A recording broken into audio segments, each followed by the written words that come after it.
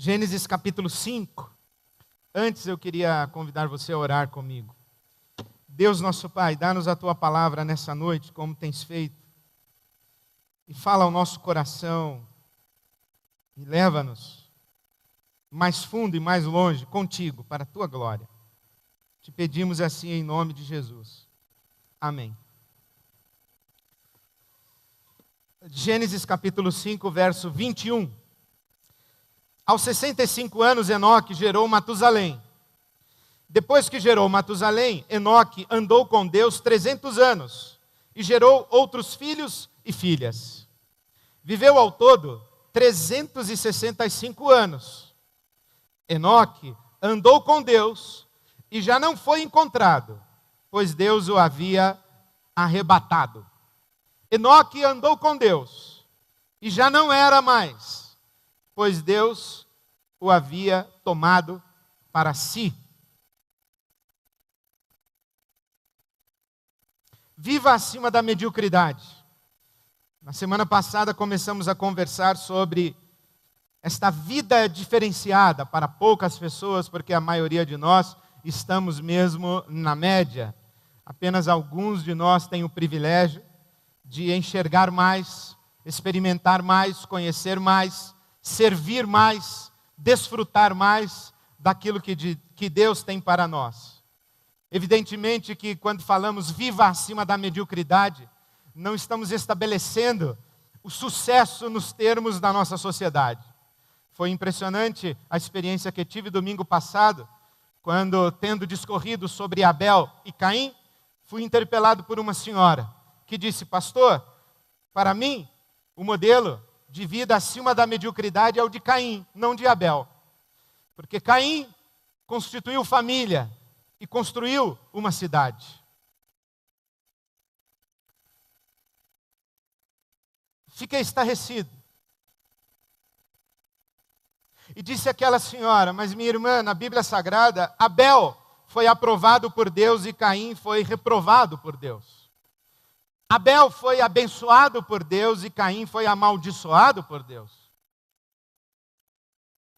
O problema de estabelecer a vida acima da mediocridade, com este critério de conquistar uma cidade, é que isso esbarra em alguma compreensão da palavra de Deus. Como, por exemplo, Provérbios 16, 32. Maior é aquele que conquista a si mesmo do que aquele que conquista uma cidade. Ou as palavras de Jesus, que de nada adianta ganhar o mundo inteiro e perder a sua alma. Ou mesmo a própria biografia de Jesus, que à luz dos critérios do nosso tempo, do que significa ser um sucesso, Jesus foi um homem medíocre, ou o que nós chamaríamos pejorativamente de um loser. Jesus morreu cedo, crucificado, cuspido na cara. Foi motivo de escárnio em sua sociedade. Morreu como bandido dos maiores, sob o Império Romano. Ou, por exemplo, Hebreus capítulo 11. Homens e mulheres que foram perseguidos, não alcançaram as promessas de Deus para as suas vidas, mas apenas as contemplaram de longe. Moisés, por exemplo, troca toda a glória do Egito para peregrinar com o povo de Deus no deserto. Morreram cedo, viveram escondidos. Todos os profetas foram perseguidos, mas a palavra de Deus chama estes tais de Hebreus capítulo 11, que chamamos de a galeria dos heróis da fé, como homens dos quais o mundo não era digno. Então, quando estamos falando numa vida acima da mediocridade, não estamos estabelecendo o que é ser medíocre ou o que é ser um sucesso, à luz dos critérios da nossa sociedade. Viver acima da mediocridade é conhecer mais, servir mais, experimentar mais, enxergar mais, contemplar mais, viver mais com Deus, para Deus e de Deus. E é nesse sentido que Enoque é para nós uma referência. E sobre Enoque poderíamos falar poucas coisas, porque poucas vezes Enoque é citado na Bíblia Sagrada. É citado no livro de Judas, os versículos 14 e 15, como alguém que anuncia juízo.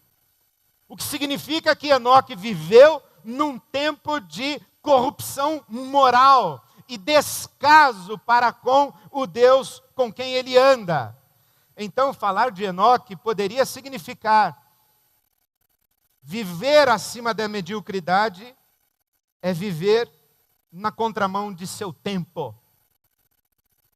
Enoque é citado em Hebreus capítulo 11, os versículos 5 e 6, como aquele que Deus tomou para si para que ele não experimentasse a morte, porque ele recebeu o testemunho de ter vivido conforme o agrado de Deus, o que significaria, em Hebreus capítulo 11, viver pela fé. E o autor da carta aos Hebreus arremata que sem fé é impossível agradar a Deus, porque é necessário que aquele que viva crendo que Deus existe e abençoa aqueles que nele creem. Poderíamos falar de Enoque como aquele que está presente na genealogia de Jesus. E essa noite eu poderia lhes falar sobre andar na contramão de seu tempo, viver pela fé, ser parte da história de Deus. Quem sabe o que seria bem do meu gosto, viver acima da mediocridade, seria viver muito. Embora Enoque tenha vivido pouco, apenas 365 anos. Pouco porque o seu pai Jared viveu 962 anos. E o seu filho Matusalém viveu 782 anos. Enoque viveu só 365. Talvez fosse viver mais do que seu pai Jared, 962. Mas Deus tomou Enoque para si.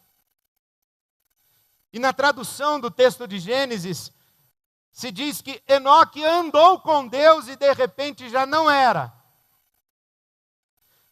Enoque andou com Deus e foi como se Deus o absorvesse em si mesmo. Mas o que me chama a atenção em Enoque é que não podemos falar a respeito de grandes feitos de Enoque. Não podemos falar a respeito de obras extraordinárias de Enoque. Não podemos fazer uma avaliação utilitarista de Enoque. Não podemos dizer que, necessariamente, Enoque viveu o máximo bem, que a vida de Enoque potencializou o bem à sua geração. Não podemos fazer uma análise pragmática de Enoque. Não podemos dizer que Enoque experimentou benefícios pelo fato de andar com Deus, porque a Bíblia não diz nada disso. Numa sociedade como a nossa, em que as coisas precisam funcionar, as coisas precisam maximizar o nosso prazer e a nossa satisfação. As coisas precisam ter performance cada vez crescente para que tenham valor. Nada se pode falar a respeito de Enoque senão o simples fato de que Enoque andou com Deus e Deus o absorveu em si.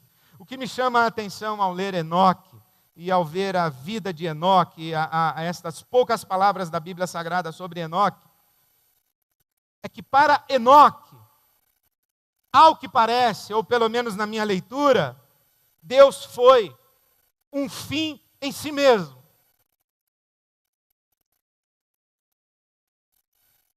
Enoque é aquele que diz para nós, pelo menos é isso que eu estou ouvindo ele dizer para mim,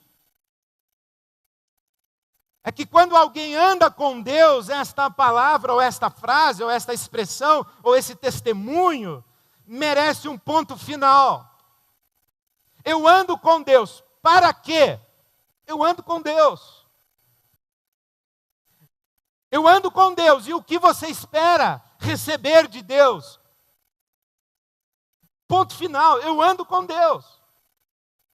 Eu ando com Deus, e o que você espera realizar para Deus? Isso não passa pela minha cabeça, eu ando com Deus. Deus é um fim em si mesmo, Ele não é um meio, a partir do qual experimentaremos mais felicidade, mais realização, mais prazer, mais satisfação, mais contentamento, mais alegria, mais sentido, mais significado para a nossa vida.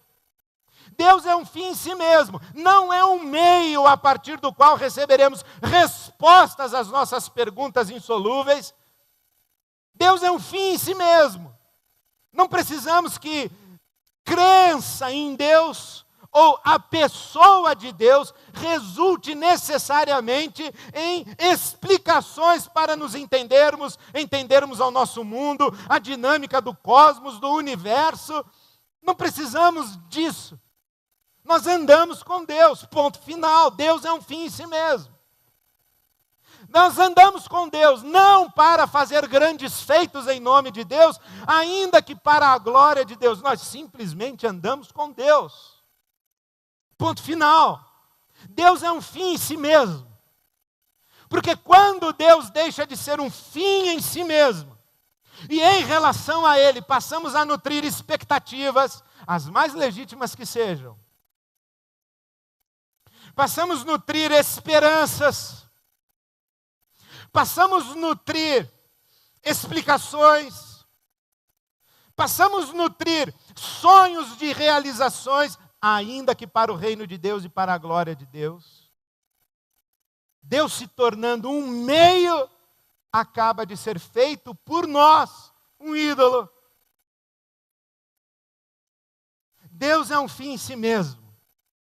Não é meio do caminho para chegarmos a lugar algum, porque Ele é o lugar onde chegamos. E quando chegamos nele, não há mais nada, e não há mais lugar algum para onde possamos ir. É Ele, é Deus. A vida eterna é essa, que te conheçam a ti como único Deus e ao teu Filho a quem tu enviaste. Qual é a grande obra para o teu Pai? É que vocês comam do pão da vida, e eu sou o pão da vida. O que é que Deus espera de nós? Eu arriscaria dizer, nada. Nos termos de Enoque, Deus, o que o Senhor espera da Ibabe? Que ela se alegre em mim, ponto. O Senhor não quer que ela levante um grande testemunho na zona oeste de São Paulo, na cidade de São Paulo, no Brasil? Se fizer isso, vai ser por minha causa, eu que vou fazer que ela faça isso. Então não é dela que eu estou esperando. Eu sei o que eu estou fazendo, com quem estou fazendo, quando estou fazendo, por que estou fazendo, como estou fazendo, para que estou fazendo, para quem estou fazendo. Agora, de vocês eu espero que vocês andem comigo. O resto deixa que eu faço. Enoque andou com Deus. Ponto. Mas só isso. Só. Ou como diz o salmista no Salmo 16, não tenho bem algum além de ti. O cara é um fanfarrão. Não tenho bem algum além de Deus. O que mais ele quer? Ele já conhece a Deus, ele já recebeu revelação de Deus. Ele foi visitado por Deus. Ele recebeu o dom da fé. Como converso com pessoas que são agoniadas e agonizadas porque não conseguem crer. Aí o cara diz assim, eu consegui crer, ou me foi dado o prazer ou o privilégio e a graça de crer. O que mais você quer? Quer uma casa? Quer um carro? Quer a cura para a sua doença? Quer uma esposa? Quer um marido? Agora que eu encontrei a Deus, a minha vida vai mudar. Vai, você pode morrer. O que, aliás, eu tenho para mim que a melhor coisa que podia acontecer com a gente quando a gente se convertesse era morrer, ir para o céu. Ir para o céu.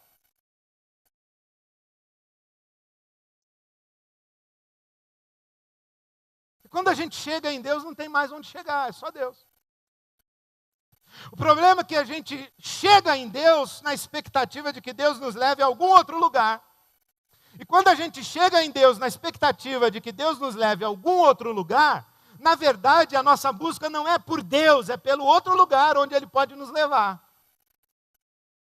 Portanto, o nosso Deus é o outro lugar. E o Deus mesmo a quem chegamos é o ídolo que vai nos levar para lá. Porque aqui se estabelecem os dois grandes paradigmas de vivências na palavra de Deus. Aqueles que dizem a Deus, ó Deus, seja feita a tua vontade, e aqueles que dizem a Deus, ó Deus, realize a minha vontade. Os primeiros vivem na categoria do se então.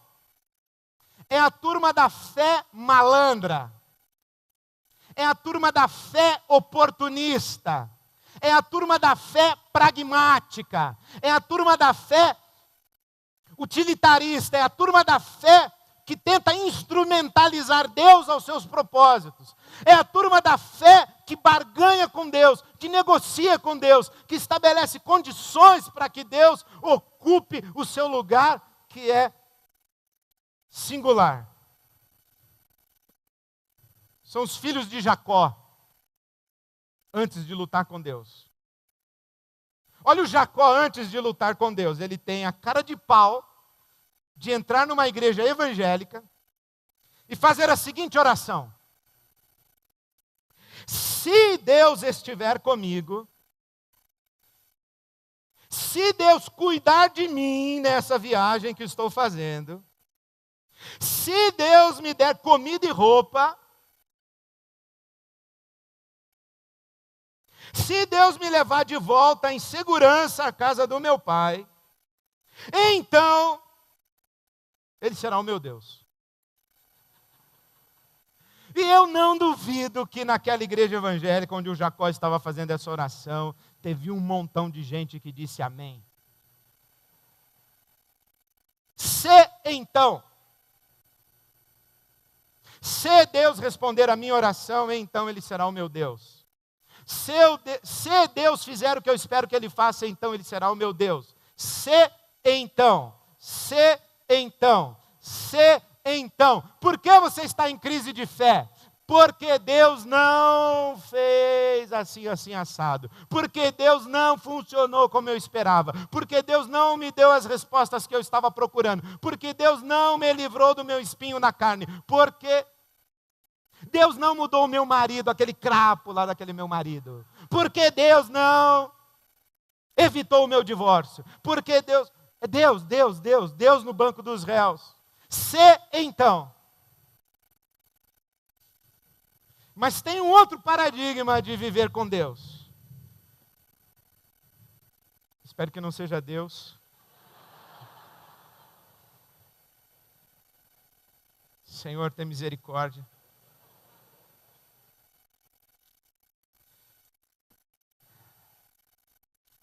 O outro paradigma de viver com Deus é o paradigma do todavia. O primeiro é se então. Se Deus me levar onde eu quero que Ele me leve, então Ele é meu Deus. O segundo paradigma é: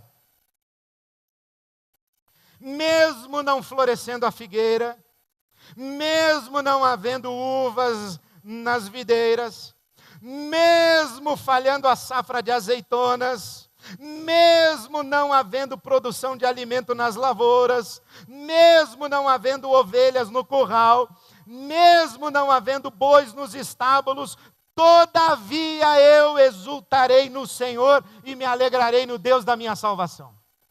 Mesmo que eu não chegue lá onde eu gostaria que Deus me levasse, Ele será o meu Deus e sempre será o meu Deus, porque eu não busco aquilo que Deus pode me dar, eu busco Deus. É isso que eu quero. Eu quero andar com Deus, eu quero conhecer a Deus. Eu quero de Deus apenas aquilo que Ele tem para colocar na minha mão.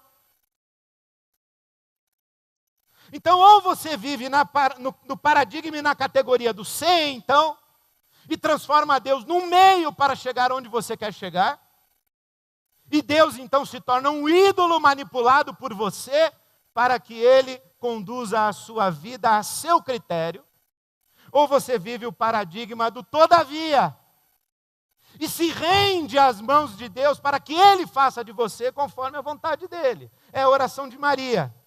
Eis-me aqui, eis aqui a tua serva, cumpra-se em mim conforme a tua vontade. Agora tem um detalhe nessa brincadeira, que se nós nos posicionarmos categoricamente para Deus, reivindicando o cumprimento de promessas, reivindicando a bênção de Deus, dizendo a Deus o que eu já ouvi: Senhor, o Senhor está amarrado a tua palavra e a tua promessa. Se nós fizermos isso, nós transformamos Deus no ídolo. Mas por outro lado, se nos ajoelharmos e Deus falar: então, pode falar, meu filho, e nós simplesmente dissermos: não quero falar nada, não quero pedir nada, não sei de nada, nada, nós nos transformamos em bonecos. Porque parece que foi esse o mau entendimento, e a culpa é minha e a responsabilidade é minha, quando eu lhes disse na semana passada que nós, diante de Deus, somos nada.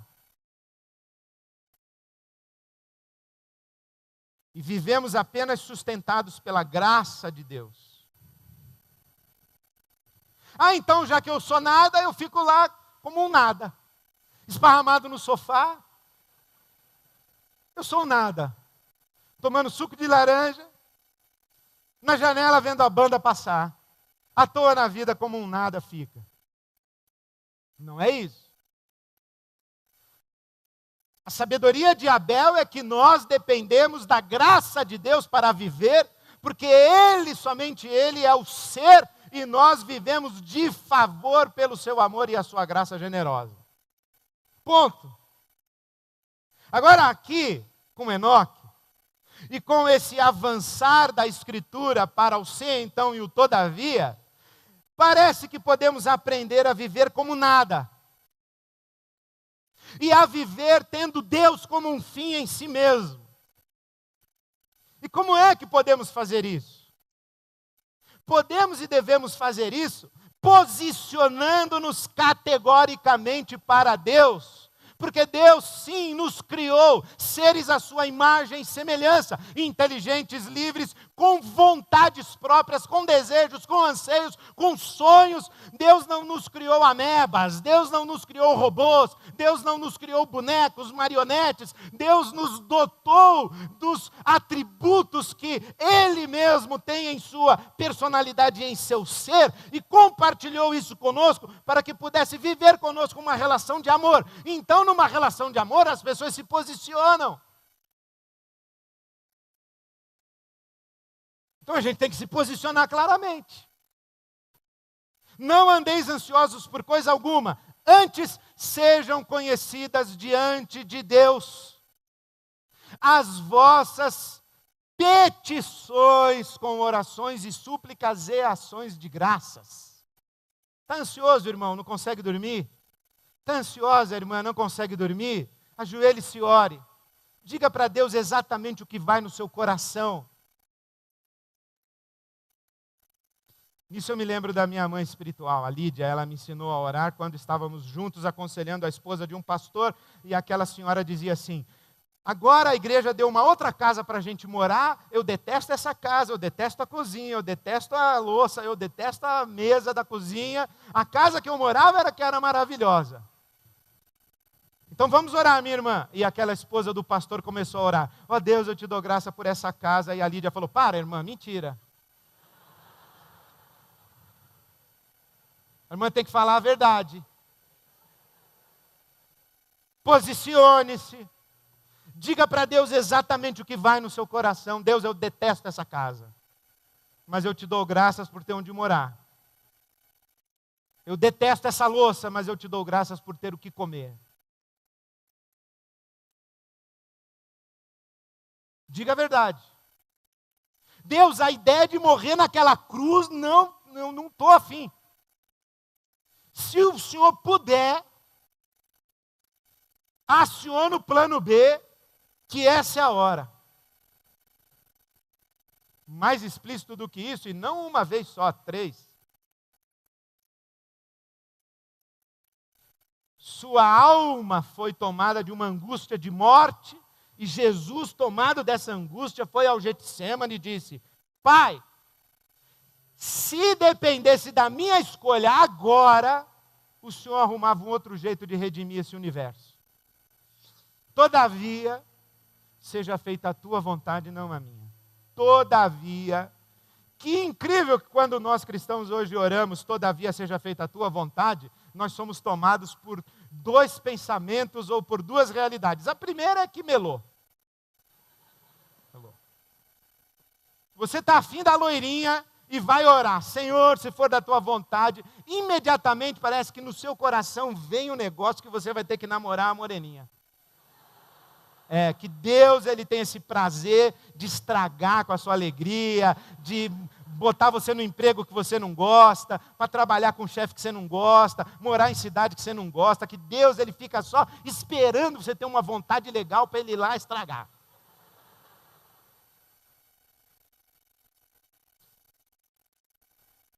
E a segunda coisa é que se você cair nesse disparate de publicamente, em vez de uma oração de reivindicação e exigir a restituição, você falar: todavia seja feita a tua vontade, não tem fé. Quem tem fé ordena.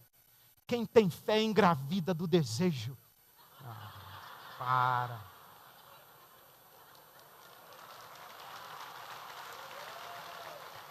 Quem tem fé visualiza a bênção. Irmãos, Deus não é um boneco que a gente manipula para a gente, amém? Então como é que a gente faz? A gente também não é um boneco que Deus não está nem aí para nós. Essa é a beleza de uma relação de amor, né? Essa é a beleza de uma relação de amor. A gente se posiciona categoricamente, mas a gente sabe quem é quem na relação. Senhor, no meu coração cresce uma vontade, um sonho, um desejo. Não tem problema se você engravidou do desejo, ficou olhando muito para a fotografia, não tem problema. Você diga para Deus, diga o que lhe incomoda, fala dos seus medos, fala tudo para Deus. Desculpa que eu vou falar agora, isso é para adultos. Tire as crianças da sala, na internet. A Bíblia fala assim para a gente derramar o coração diante de Deus. Derramar o coração diante de Deus, mas às vezes tudo que a gente pode fazer e consegue fazer diante de Deus é vomitar diante de Deus. Meu irmão, minha irmã, vomite diante de Deus. Vomite. Jogue seus monstros, jogue suas frustrações, os seus medos, os seus pecados, coloca tudo diante de Deus, diga para Ele que você está bravo com Ele, diga para Ele. Uma vez eu mandei uma pessoa fazer um exercício terapêutico, aliás, falei aqui do púlpito: arruma um ursinho de pelúcia, põe nele o nome de Jesus e enche ele de pancada. Se você está bravo, vai lá e bate mesmo, põe para fora, mas não se esqueça que você é o nada esperneando, e que você depende de Deus e da graça de Deus, e é com a força de Deus que você pode socar o ursinho. Porque se Deus fizer assim, não dá tempo nem de você comprar ursinho, meu irmão. Mas seja honesto, seja autêntico, seja íntegro com Deus. Gênesis 5 diz que Enoque andou com Deus e Deus para si o tomou. Gênesis 17, a recomendação de Deus a Abraão é: anda em minha presença e ser perfeito. O que é ser perfeito diante de Deus? É ser inteiro diante de Deus. É trazer a minha gratidão e a minha frustração, é trazer o meu amor e a minha dubiedade, é trazer a minha fé e a minha incredulidade. É trazer a minha certeza de fé e a minha dúvida e o meu coração vacilante. É ser inteiro na presença de Deus. Mas depois que você se derrama na presença de Deus, se esparrama na presença de Deus, você diz assim: todavia, Senhor, seja feita a tua vontade e não a minha, porque eu confio no teu caráter, eu confio no teu amor, eu confio na tua justiça, eu confio na tua vontade que é boa, perfeita e agradável. Diga um todavia, porque eu vou dizer uma coisa para você, meu querido. Eu sei que você faz, fez e vai fazer. Se ajoelhar diante de Deus e falar assim: Senhor, eu sei que isso que eu vou fazer não é da tua vontade, mas eu vou fazer. Você não vai para o inferno por causa disso. Deus te ama. Você continua sendo um filho de Deus, uma filha de Deus.